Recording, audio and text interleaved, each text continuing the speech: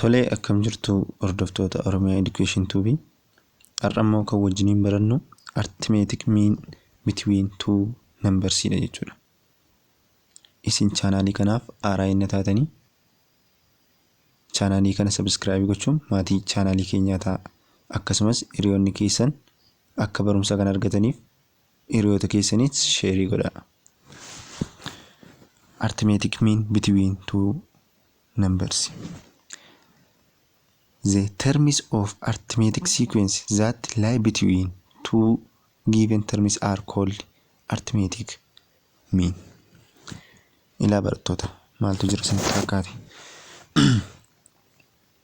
Termiin lama yennuu kenname fakkeenyaaf A1 fi A4 yennuu kenname termoota kana gidduutti hafan A2 fi A3 barbaaduu dandeenya jechuudha. Warreen kana barbaaduun maal jedhama? Arithmetic mean jedhama jechuudha.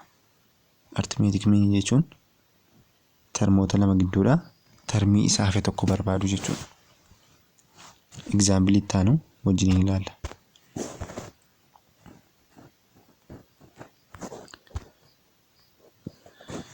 Given that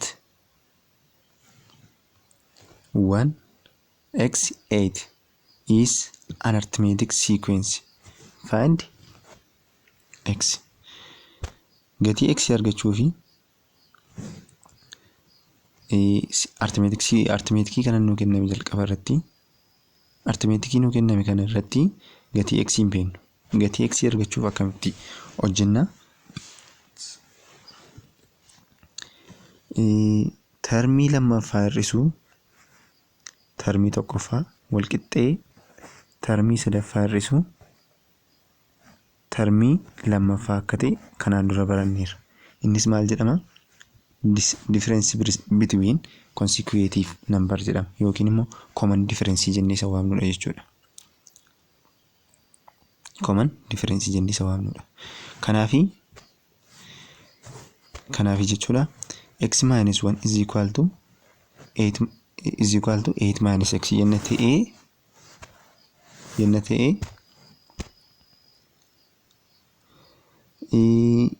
kan nuti tooftaan ittiin x argannu termoota wal fakkaatan walitti dabarsuudhaan jechuudha. Wanii gara kanatti dabarsine x immoo achi dabarsine jechuudha. Yeroo kana inni negatiiviidhaan jiru positiivii ta'a, inni positiiviidhaan jiru immoo negatiivii ta'a jechuudha. Kana jechuun asiin x'n negatiivii of biraa qabdi. Kanaaf maal ta'a? X plus x ta'a jechuudha. Is equals to asii waniin kun immoo negatiivii kana biraa qabdi. Gaafa achi dabartu maal taati? Pilaasii taati. 8 plus 1 maal ta'a? 9 ta'a jechuudha immoo. So 2x is equals to 9 ta'e jechuudha. Gama lammansaa gaafa lamaaf irruu over 2 gaafa goonu kanasi asiinis over 2 gaafa goonu gatiin x keenyaa meeqa jechuudha?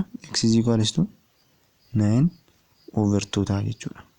Haala kanaantu arganna jechuudha. Gatii x keenyaa jechuudha. Okay, example 2. Example 2 immoo the first and the sixth term of an arithmetic sequence are 4, 29. First fi maaltu nuu kenname? 6 termiin nuu kenname. A1 keenya meeqadha? 4. A6 keenya meeqadha? 29.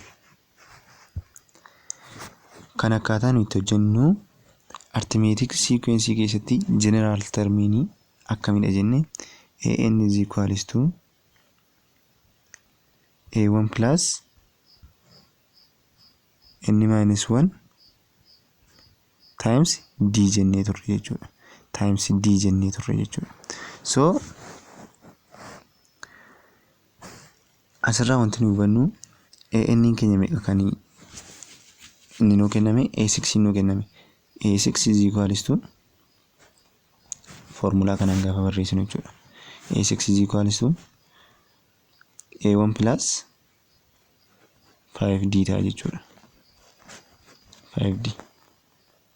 So A6 qabna. A6 29 bakka buufna jechuudha. 29 wal qixxee A1 keenya immoo meeqa? 4dha. Plus 5 times D. 5 kana argachuuf jechuudha kan nuti amma kana barbaadaa jirru.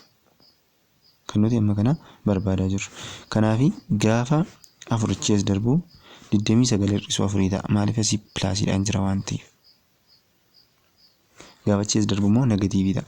20 meeqa ta'a jechuudha? 25 ta'a jechuudha. 25 wal qixa 5D ta'a. Gama lammansaa gaafa 5 irruu D keenya meeqa arganna jechuudha? D keenya 5 arganna jechuudha. So erga D arganne termii isa gaafatamne argachuu dandeenya jechuudha. Termii nuyi gaafatamne termii 2ffaa, 3ffaa fi 4ffaa fi 5ffaadha jechuudha. Bakka buusnee hojjechuu ni dandeenya. A2 gaafa barbaannu A2 is equals to A1 plus D ta'a jechuudha. 1D fi D'n tokkuma asii 2 taanaan asii 1 ta'a jedhee isinitti meera kanaan dura waan ta'eef. Kanaaf A1 meeqa? 4 plus D keenya meeqa arganne? 5. Kanaaf meeqa ta'a jechuudha? 9 ta'a jechuudha. Akkasumas itti fufnee A3 barbaaduu dandeenya. A3 keenya immoo A1 plus 2D dha jechuudha. Kanaaf A1 keenya meeqa ture? 4 ture plus 2 times 5 meeqa ta'a jechuudha? 2 times 5 10dha. Sardi termiin keenya 14 ta'a jechuudha. Haala kanaan hojjetama jechuudha. So termoota afanii jiranis akkasuma ittiin barbaaddu jechuudha. Termii 4ffaa 5ffaas akkasuma ittiin barbaaddu jechuudha. Kunoo akkuma asirraa argitanii A2 keenyadha kuni, A3 keenyadha kuni, A4 keenya kanadha, A5 keenya immoo kana ta'a jechuudha. Haala kanaan hojjetama jechuudha.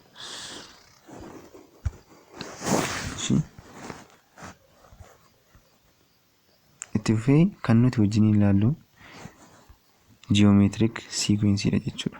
Geometric sequence. Find the ratio between the consecutive term of each of the following sequences.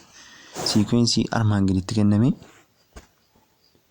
ratio sanii barbaadi jedhe. Ratio jechuun termii lamaffaa termii tokkoffaadha yeroo, sadaffaa lammaffaadha yeroo, afuraffaa sadaffaadha yeroo.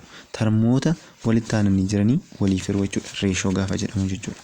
Kanaaf 6:2 koomaa 18:6 koomaa 54:18 haala kanaan hojjetama jechuudha. Hundumti isaayyuu 6:2 meeqadha? 3. 18:6 meeqadha? 3. 54:18 meeqadha? 3. Kanarraa wanti nu hubannu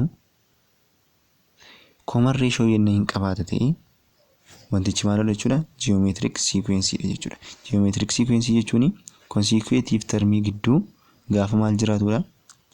Gaafa common ratio jiraatudha jechuudha. Common ratio gaafa jiraatu jechuudha. Itti fufnee B gaafa laallu -2/2 ta'a jechuudha. First termiin isaa 2dha. Second isaa immoo -2dha jechuudha. Kanaaf -1 ta'a jechuudha. Hundumti isaa gaafa laaltanii akkasidha jechuudha. Kanas gaafa kanaaf hirtanii kanuma ta'a. Kanaaf common ratio qabu waan ta'eef inni kunis maalidha? Geometric sequence ta'a jechuudha.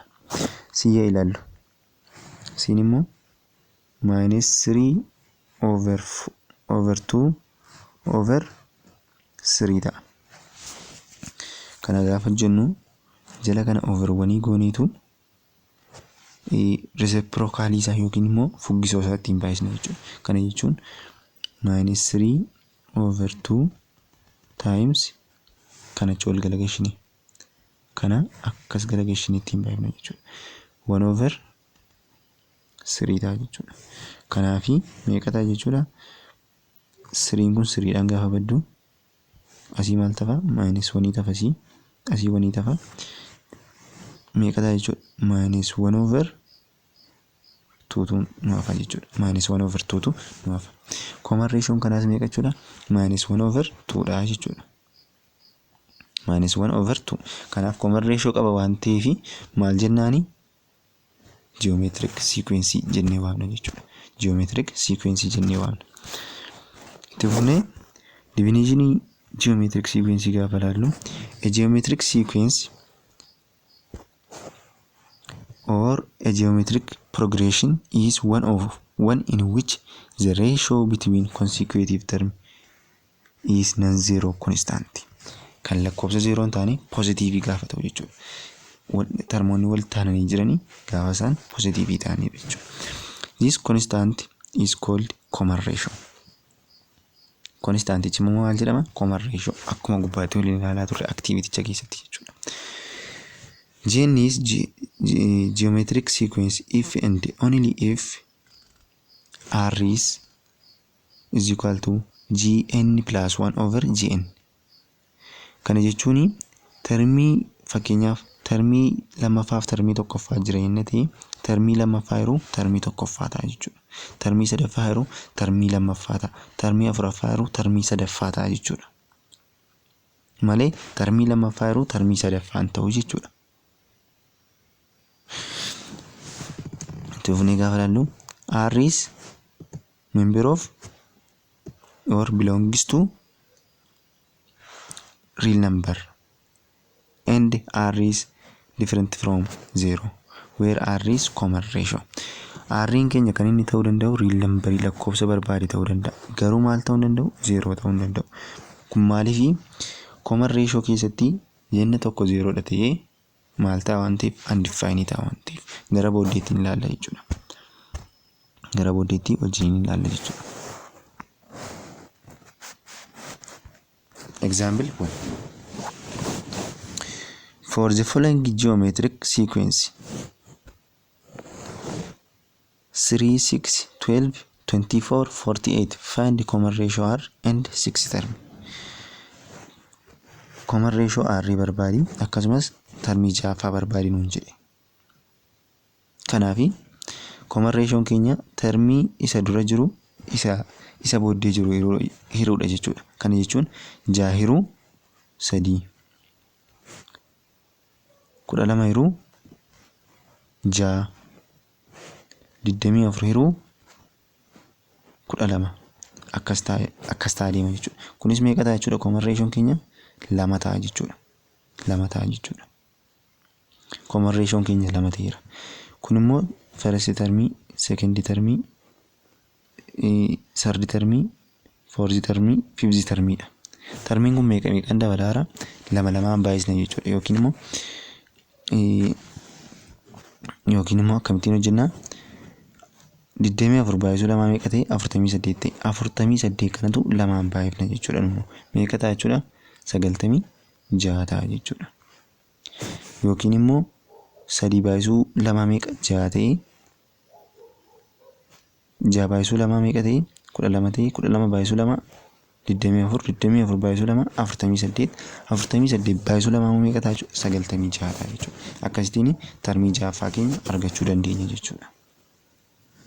Termii 6ffaa akkasitiin argachuu dandeenya. Itti fufnee gaafa ilaallu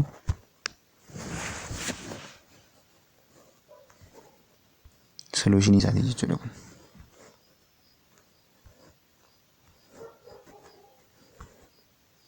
Solution isa kunoo haala kanaan nuu kaa'ee jira jechuudha.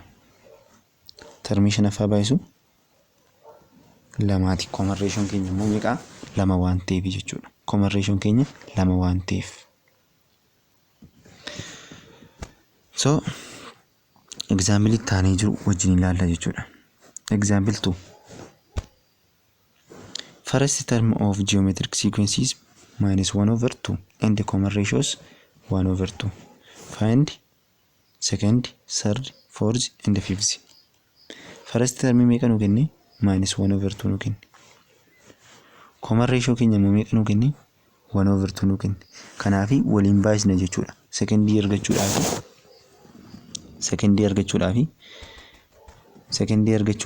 -1/2 times 1/2 goona jechuudha. Secondii termii argachuudhaaf A2 argachuudhaaf jechuudha. A2 is equals to kun maal ta'a jechuudha? -1 times 1 -1/4 nu ta'a jechuudha. -1/4 nu ta'a. 2 times 1 4 dha waan ta'eef. Itti fufnee gaafa hojjennu akkuma asirraa argaa jirtan kana G2 times R'n keenya immoo common ratioon keenya immoo meeqa nu kenname? 1/2 dha. Gaafa hojjennu -1/8 dhufa jechuudha. Ammas itti fufnee G4 gaafa barbaadnu asii kan jijjiiramaa deemu isa kana baay'isu R'ti jechuudha. Termii itti aanee jiru. Isa kana baay'isu R'ti jechuudha. Isa kana baay'isu R'ti jechuudha. Karaa gabaabaa jechuudha. Karaa gabaabaa akkasidha jechuudha. Okay.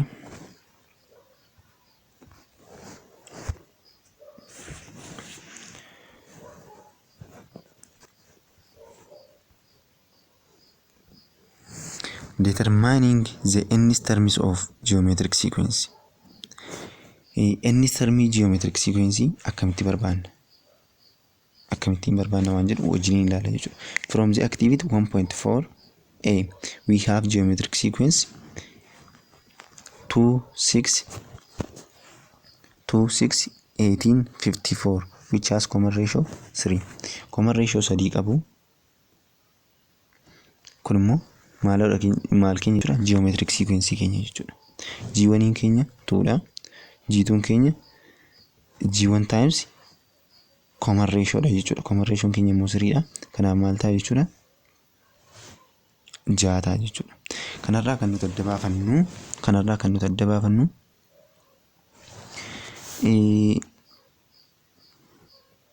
G1 keenya fudhannee yennaa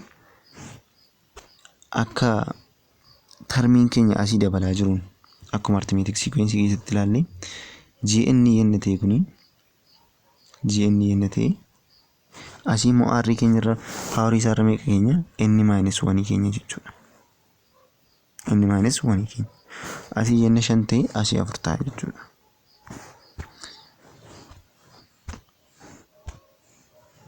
Asii 4 ta'a jechuudha.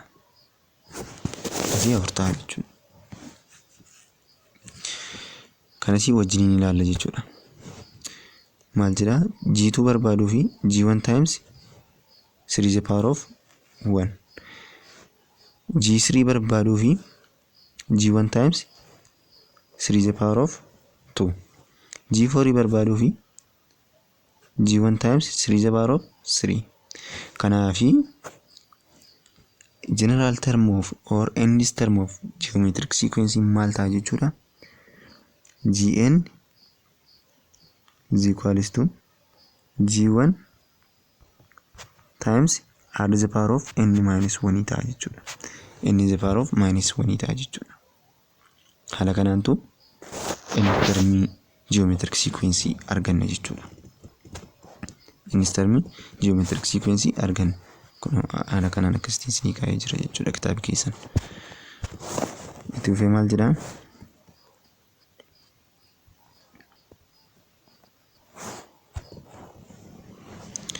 Gn is equals to G1 times R is the power of n-1. Iddoo inni sana kaatanii meeqaa kaatanii buusaa deemtu lakkoofsa 1, 2, 3 something akkasitti itti fuftu jechuudha. Gara fuulduraatti waan jiru wajjin ilaalla jechuudha.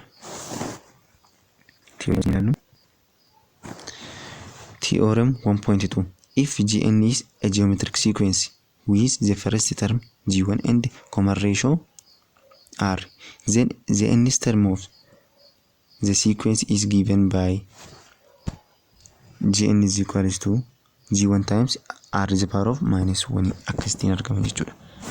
Isuma gubbaatti haasofnee turreedha. Find GN when the first term is 3 and the common ratios 2. Kana barbaadudha jechuudha. First term 3 nu kenne GN barbaadu nu jedhe. GN keenya maal goona? GN is equals to G1 times R is the power of n minus 1 dha waan ta'eef n is the power of minus 1 dha waan ta'eef GN barbaadu waan nu jedheef maal goona? Iddoo G1 keenya 3 buufanna. 3 times iddoo common ratio keenya immoo maal buufanna? 2 buufanna. 2 the power of n minus 1 ta'a jechuudha. Innis termiin keenya kana ta'a jechuudha. Isuma asirratti argaa jirtan kana. Haala kanaan barbaannaa jechuudha. Haala kanaan barbaanna jechuudha.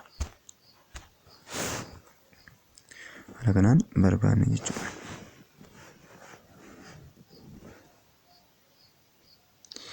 Okay, example itti aanee jiru.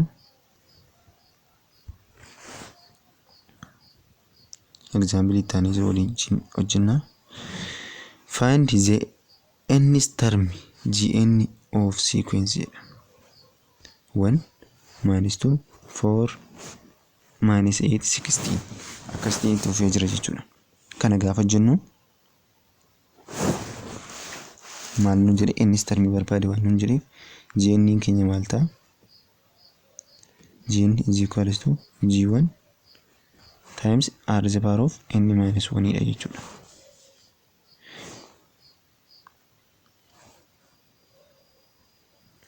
First term keenya meeqadha? 1 dha. Second keenya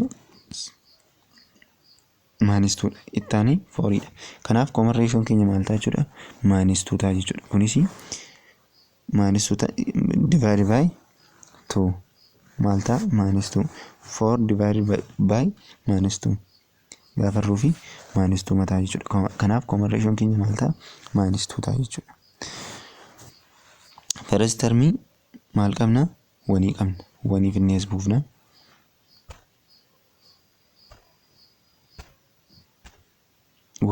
buufna. Iddoo R maal buufna? Minus 2 buufna. Minus 2 inni minus 1 dha waan ta'eef iddoo inni minus 1 goona jechuudha. Kanaaf innis termiin keenya maal ta'a jechuudha? Kana ta'a jechuudha. Minus 2 the power of n minus 1 ta'a jechuudha. Kana fakkaata. Example 3. Find the 6 terms of geometric sequence whose first term is 1 and the common ratios 2. 6 term barbaadnu jedhe. Kanaaf 6 term akkamitti barbaadna? G6 is equals to G1 times R is the power of 5 goona jechuudha. Asii 6 taanaan asii 5 ta'a waan ta'eef G1 keenya meeqadha? First term keenya 1 dha. 1 bakka buufanna. R keenya 2 dha. 2 the power of 5 goona jechuudha. 2 the power of 5 immoo meeqadha? 32 jechuudha. 32 jechuudha. Haala kanaan hojjennaa jechuudha. Wanti isiniin gadi jenna jiraate Telegram channel irratti Oromiyaa Education 2B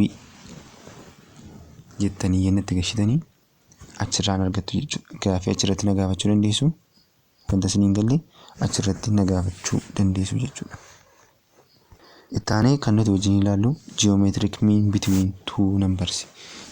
Geometric mean ilaalla jechuudha. When A, M and B are terms in a geometric sequence. M N fi B ni geometric sequence yenna ta'an. Then M is called geometric mean between A and B. Termoonni kun hundumti isaanii Anis Mnis Bnis termoota geometric sequence ti. M'n immoo B fi A gidduutti argama waan ta'eef geometric mean jedhamee waamama jechuudha. Geometric mean jedhamee waamama. Yeroo kanatti A maal ta'uu danda'u? 0 ta'uu danda'u. B'n 0 ta'uu danda'u. Mnis 0 ta'uu hin danda'u jechuudha. Different from 0. In geometric sequence, the ratio between consecutive terms constant. Isuma gubbaatti ilaallee turredha jechuudha. Kanaafi gaafa hojjennu maal ta'a jechuudha. M divided by A is equals to B divided by M ta'a jechuudha. Haala kanaan hojjechuu dandeenya. Gaafa criss cross baay'ifnu M times M A times B gaafa goonu M square is equals to AB jenna jechuudha. Gatiin M keenyaa maal ta'a? M is equals to plus or minus square root of AB jennee keenya jechuudha. Square root of AB jennee keenya jechuudha. Haala kanaan geometric mean between two numberii arganna jechuudha. Two numberii haala kanaan arganna jechuudha. Example 1. When 2x 5 is geometric sequence, find x different from 0. Solution. As the ratio between consecutive terms are the same. The same idha jechuudha. Maal goona? X divided by 2 goona jechuudha. Is equals to 5 divided by x goona jechuudha. Kanaaf criss cross gaafa baay'isnu x square is equals to 10. So the value of x is equals to plus or minus square root of 10 ta'a jechuudha. Square root of 10 ta'a jechuudha. Haala kanaan arganna jechuudha. Example 2.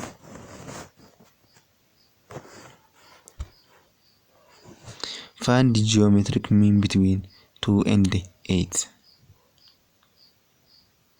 Kanaaf common ratio isaa fudhanna jechuudha. Kanas haaluma argamaa ilaalleeni M over 2 is equals to 8 over M ta'a jechuudha. M dhaan baay'ifne 2 immoo 8 dhaan gaafa baay'isnu maal ta'a? M square is equals to 16 ta'a jechuudha. So gatiin M keenya maal ta'a? Equal to plus or minus 4 ta'a jechuudha. Plus or minus 4 ta'a jechuudha. Haala kanaan arganna jechuudha. Negatiivis positiivis ta'uu danda'a jechuudha. Okay. Itti fufee kan jiru find the 8th term of geometric sequence whose first term is 5 and fourth term is 1 over 25. Salphaadha kunis haaluma ammaatiin hojjettu jechuudha. First term nu kenneera, fourth term nu kenneera. Kanaaf consecutive term isaanii waliif irra jechuudha. Consecutive term isaanii waliif irra yookiin immoo gatii R argina. Kana jechuun G4 is equals to G1 times R is the power of 3 ta'a.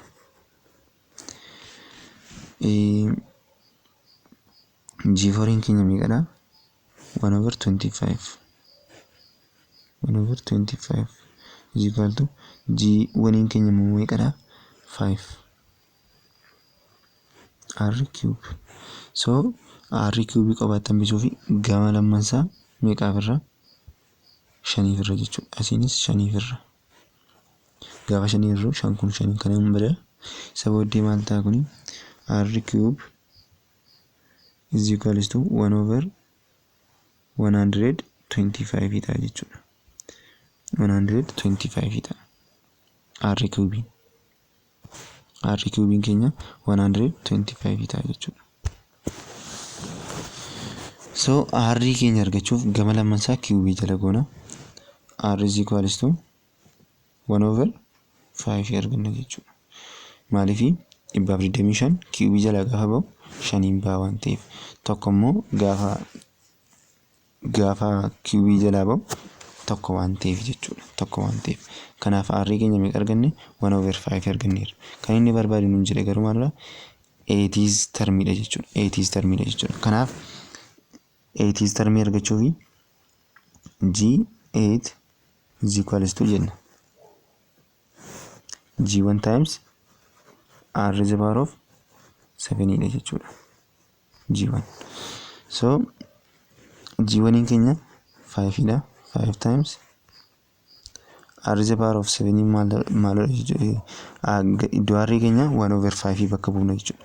1/5 the power of 7. Asirratti paawarii 7 kuni 1 dhaafis hin dhaabbata, 5fis hin dhaabbata. Kanaaf 5 tokko as jirti waan ta'eef isa sii tokko balleessiti jechuudha. Kanaaf 1/5 the power of 6 ta'a jechuudha. 5 the power of 6 ta'a jechuudha. 5 isii asii kuni kan hin balleessiti paawarii asirraa tokko kan 5 duwwaa balleessiti jechuudha. Kan tokkotti hin buune. Tokko paawarii isaa meeqa inni ta'e immoo lakkoofsuma tokko ta'a. Kanaaf G8 keenya maal ta'a? 1/5 the power of 6 ta'a jechuudha. Haala kanaan hojjetama. Barnooti keenya har'aa kana fakkaata ture. Waan na wajjin taataniif baay'ee isin galateeffadha. Isattaan immoo mata duree kan biraadhaan amma wal agarratti nagaaf naaf tura. Hiriyoota amma ammaatti chaanaalii kanatti hin dabalamne akka isaan itti dabalamaniif affeerraa godhaafi isin immoo viidiyoo kana laayikii gochuudhaan jajjabeessaa isiniin jedha. Waan na daawwattaniif baay'ee galatoomaa isiniin jedha. Sammuun keessan kan eebbifame haa ta'u. Thank you very much.